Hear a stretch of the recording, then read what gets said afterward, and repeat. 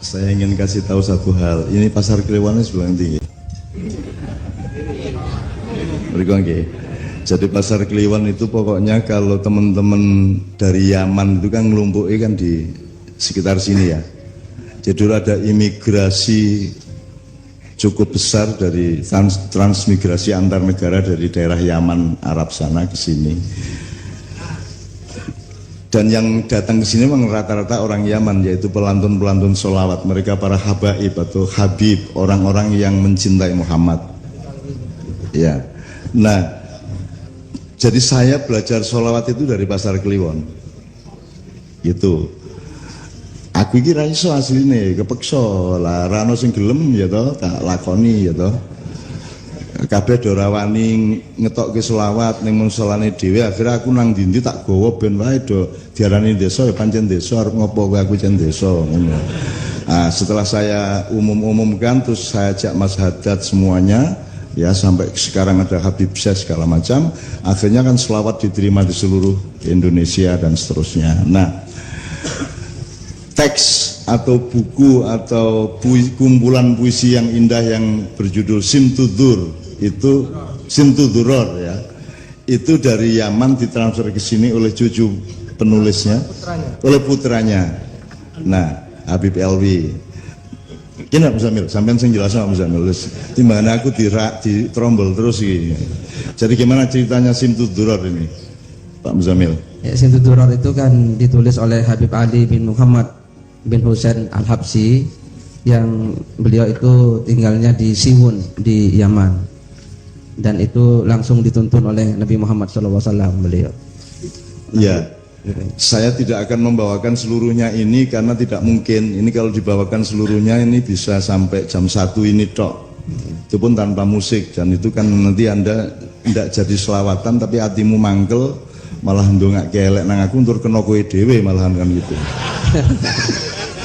Wong aku nglakoni apik kok ya to, ning kowe mergo kaya nek kowe ngimami sembahyang kedawan surate kan ya apik karepmu ning ya miso-miso apa makmummu niku waduh Al-Baqarah modiar iki nah. Pertama modar ning begitu wis mulai meh ceklak-cekluk kae suwe-suwe metu kalimat thayyibah. Nyun sewu alon-alon. Jadi kita ini punya masalah ya di Solo, ya di Jogja, ya di DIY, provinsi-provinsi, nasional, bahkan masalah-masalah global. Semua masalah itu ada 3 macam. Yang satu masalah-masalah yang kita bisa merumuskan dan insya Allah bisa kita selesaikan. Tapi ada masalah yang agak lebih tinggi, dia punya kans mungkin bisa kita selesaikan, mungkin tidak bisa kita selesaikan. Jadi kita harus punya kategorisasi. Yang ketiga, yang tertinggi adalah masalah yang kita mustahil mampu menyelesaikannya. Satu-satunya jalan adalah kalau Allah menolong kita, kan begitu. Nah, yang ketiga ini cukup banyak jumlahnya. Makanya saya sangat bahagia Solo yang pernah terkenal sebagai kota teroris di seluruh dunia, kan gitu. Malam ini menyelenggarakan deklarasi. Jadi iya Pak, ini semacam apa? Deklarasi itu bahasa Arabnya apa Pak Muzamil?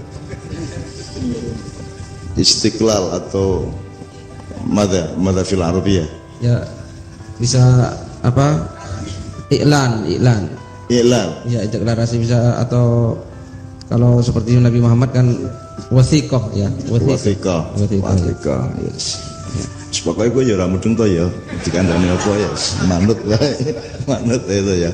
Tapi pokoknya ada tekad bersama di Solo ini, dan ini kan luar biasa. Jogja aja kemarin malah teman-teman Papua malah mengambil keputusan untuk pergi dari Jogja, dan itu sebuah luka yang bisa panjang akibatnya ya, dan belum ada recovery sampai hari ini.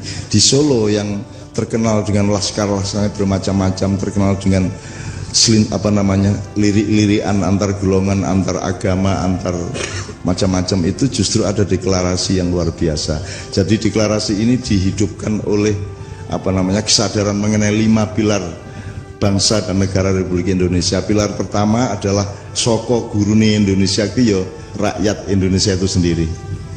Jadi syaratnya negara di tanah air itu ada rakyat. Jadi itu pilar satu. Ibarat masjid Demak itu yang paling tengah sing gede dhewe, itu rakyat. Jadi rakyat ini yang memiliki kedaulatan, yang memiliki tanah dan air, dan yang punya hak apa saja, itu rakyat. Yang nomor dua adalah balungannya rakyat. Balungan itu kekuatannya, yaitu tentara dan polisi.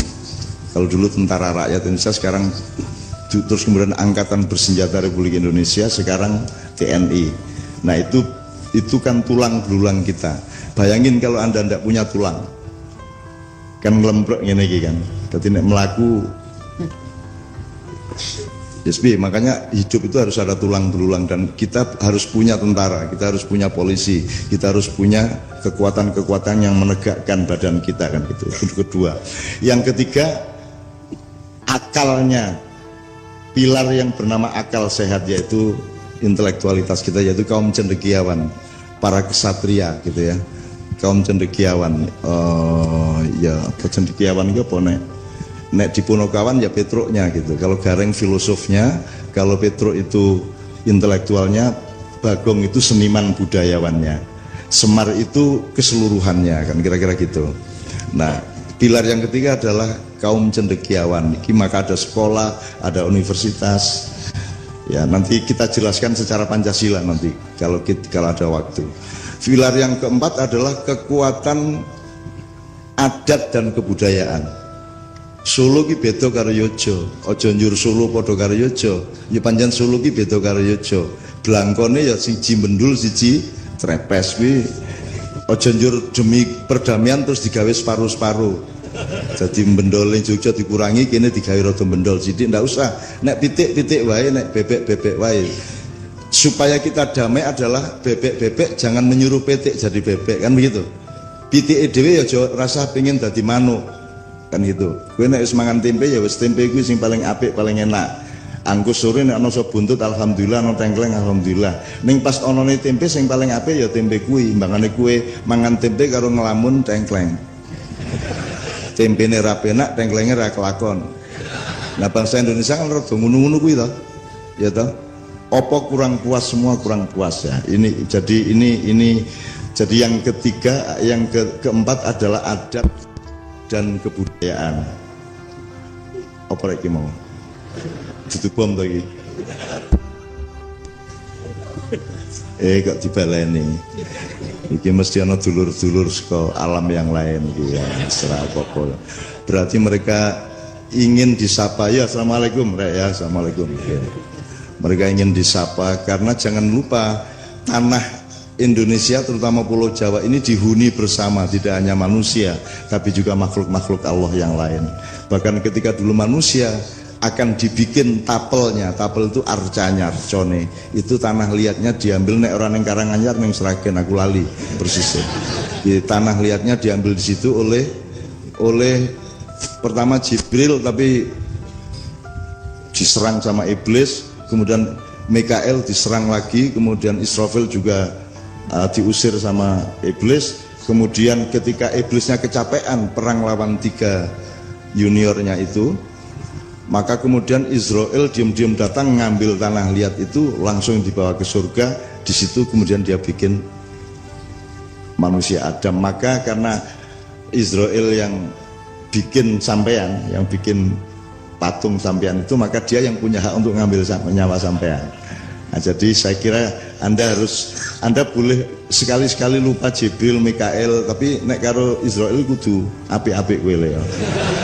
Mbakane kowe engko ana keputusan mendadak di reshuffle kowe engko. Ya kan?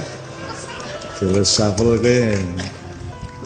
Itu apa meneh reshuffle ra nggo alasan, kok diganti ngopo ora ana alasane. Wis pokoke piye carane PAN iso entuk akeh kan gitu. Muhammadiyah iso entuk akeh gitu, mergo NU wis beres kan gitu. Dan seterusnya lah, aku rasa ngomong politik ya. Nanti daripada Anda seneng gitu. Oke, itu pilar keempat, adat dan kebudayaan. Pilar kelima adalah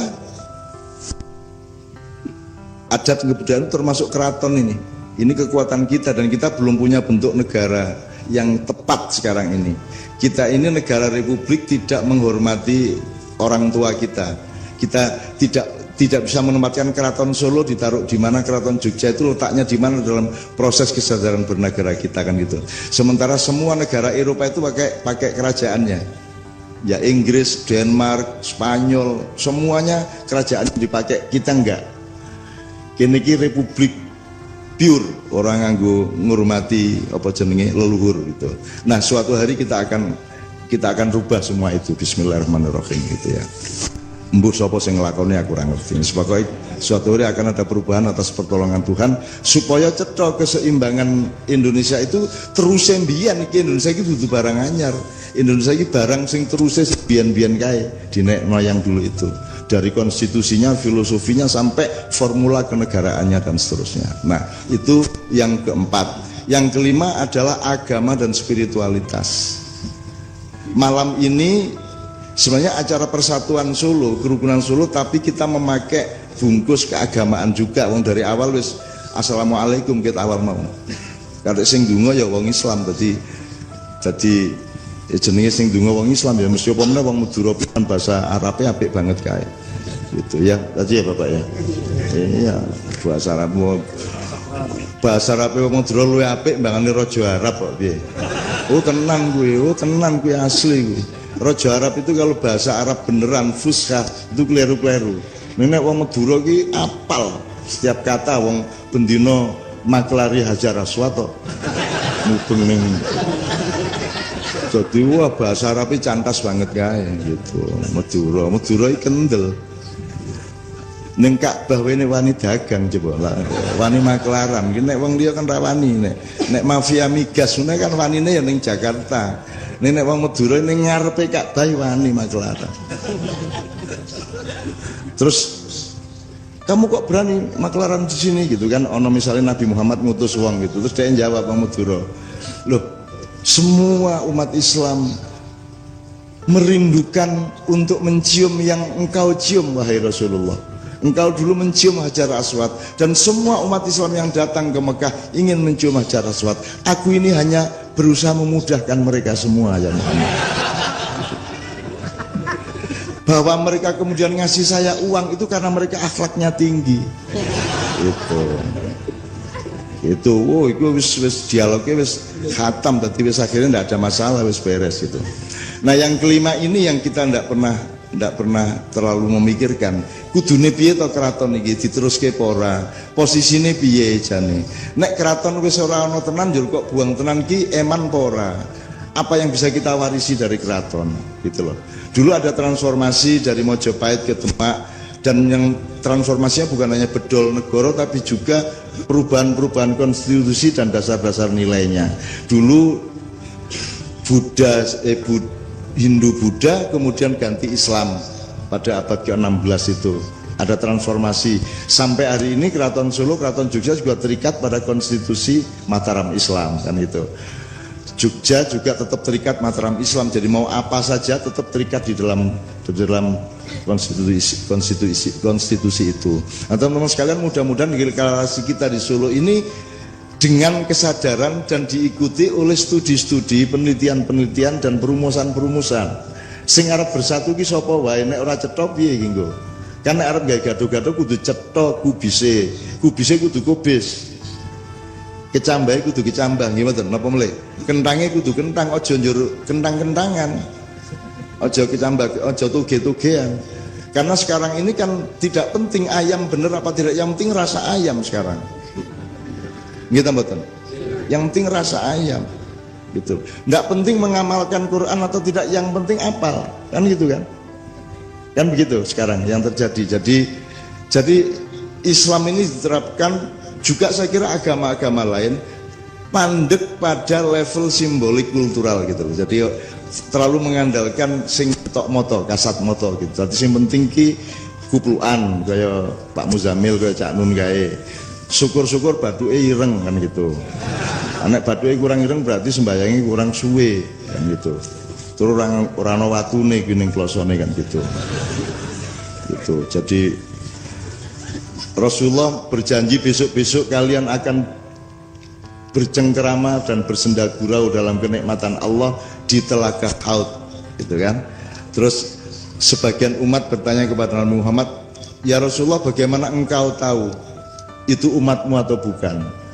Terus ada kalimat jawaban, simahum fi wujihim min athari sujud.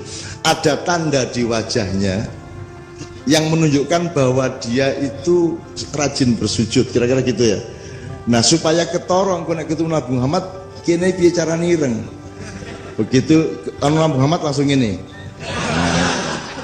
Nah. Nek perlu nggawa ana handphone dikai anu kae selfie ngene iki tuh jur sinare nyinar niki lho, ireng lho iki ireng lho. Umat jenengan lho kula niki gitu. Gitu.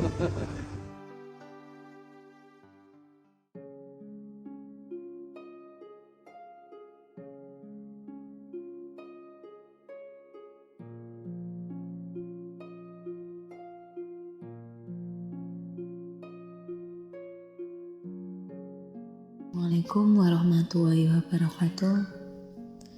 Menggadang masa depan.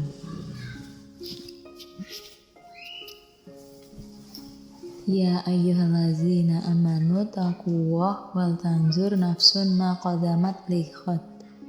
Hai orang yang beriman, bertakwalah kepada Allah dan nalarlah apa yang sudah diperbuat pada masa lalu untuk kebaikan hari esokmu. Penggalan ayat ini memayungi tema yang ditawarkan panitia. Kalau disederhanakan dalam peribahasa Indonesia, siapa menanam maka menuai. Sedangkan di Jawa konsep itu dikenal dengan ngunduh wohing pagarti. Kedua sekilas mirip meski berbeda cara penguraian literalnya. Tuhan tak tersakiti oleh pengingkaranmu. Ia tersakiti jika kau berpura-pura menyembahnya. Poin kesungguhan dalam menjalani kehidupan kini terlebih kepada Allah Subhanahu wa Ta'ala. Sedemikian penting dan berdampak sistemik terhadap masa depan.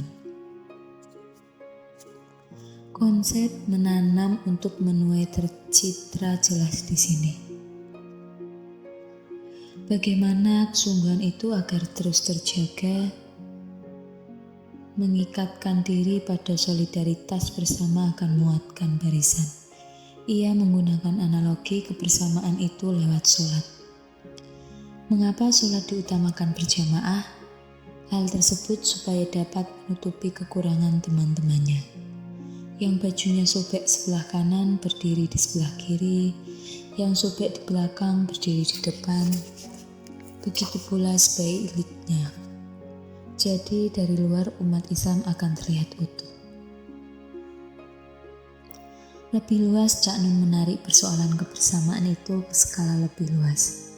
Sekuat apapun jamaah itu menurut Cak Nun sudah barang tentu membutuhkan pengelolaan yang terorganisir. Antara elemen di dalamnya harus saling menyongkong, beroperasi sesuai ranah masing-masing. Kedua hal itu digerakkan oleh kepemimpinan yang mumpuni. Kita bisa melihat manajemen pemerintahan di sini dengan melihat sifat kepemimpinan berdasarkan An-Nas. Pertama, rububiyah atau pengayoman. Kedua, mulkiyah atau kekuasaan. Ketiga, ilahiyah atau kekuatan.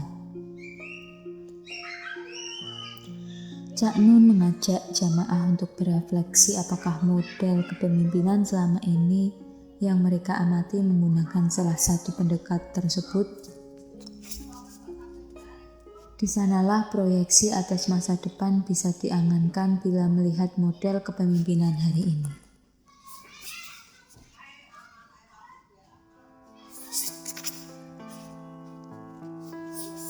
Sinau bareng tadi malam menjalin keelindankan banyak hal, meski menginduk tema tertentu, rumusan pertanyaan sekaligus jawaban dapat beraneka rupa.